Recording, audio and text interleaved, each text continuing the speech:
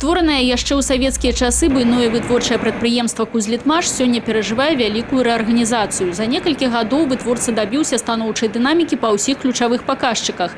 Атрымаць другое жыццё стала магчымым дзякуючы ўваходу станкабудаўніка ў 2012 годзе ў склад холдынга «БелАЗ». Старшыня Савета Рэспублікі Михаил Мяснікович, які з'яўляецца і старшынёй назіральнага савета аб'яднання, разам з членамі савета дырэктараў і прадстаўнікамі кіраўніцтва вобласці і горада наведаў вытворчыя цэхі і азнаёміўся з прадукцыяй.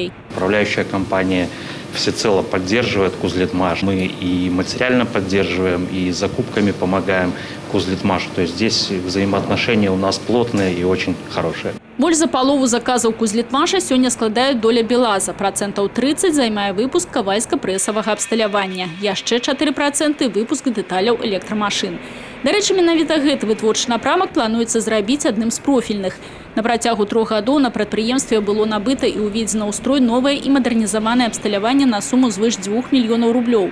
Увогуле сума, неабходная для рэалізацыі ўсіх пунктаў інвестпраграмы, разлічанай на 15 гадоў, складае 85 мільёнаў.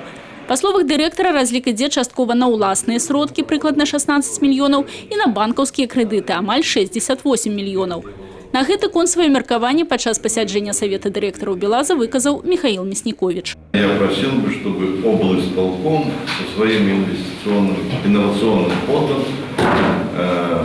тоже мог участвовать в реализации отдельных проектов. Здесь должны быть и собственные средства, и инновационный фонд области, и программа машиностроения, и кредитные ресурсы, и так далее, и тому подобное.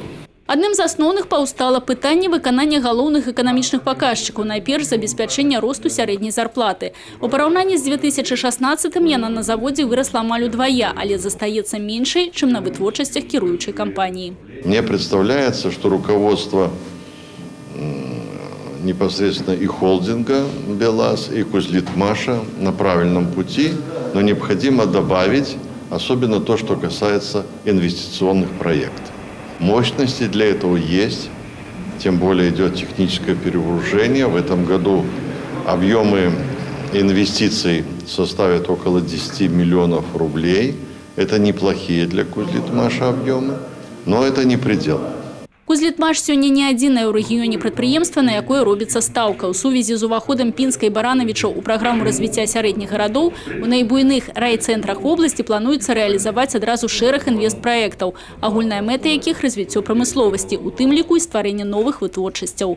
Па словах Михаила Мясніковича, змены найперш павінны пачацца на праблемных прадпрыемствах. У Пінску такіх два – Палессе і Амкадор.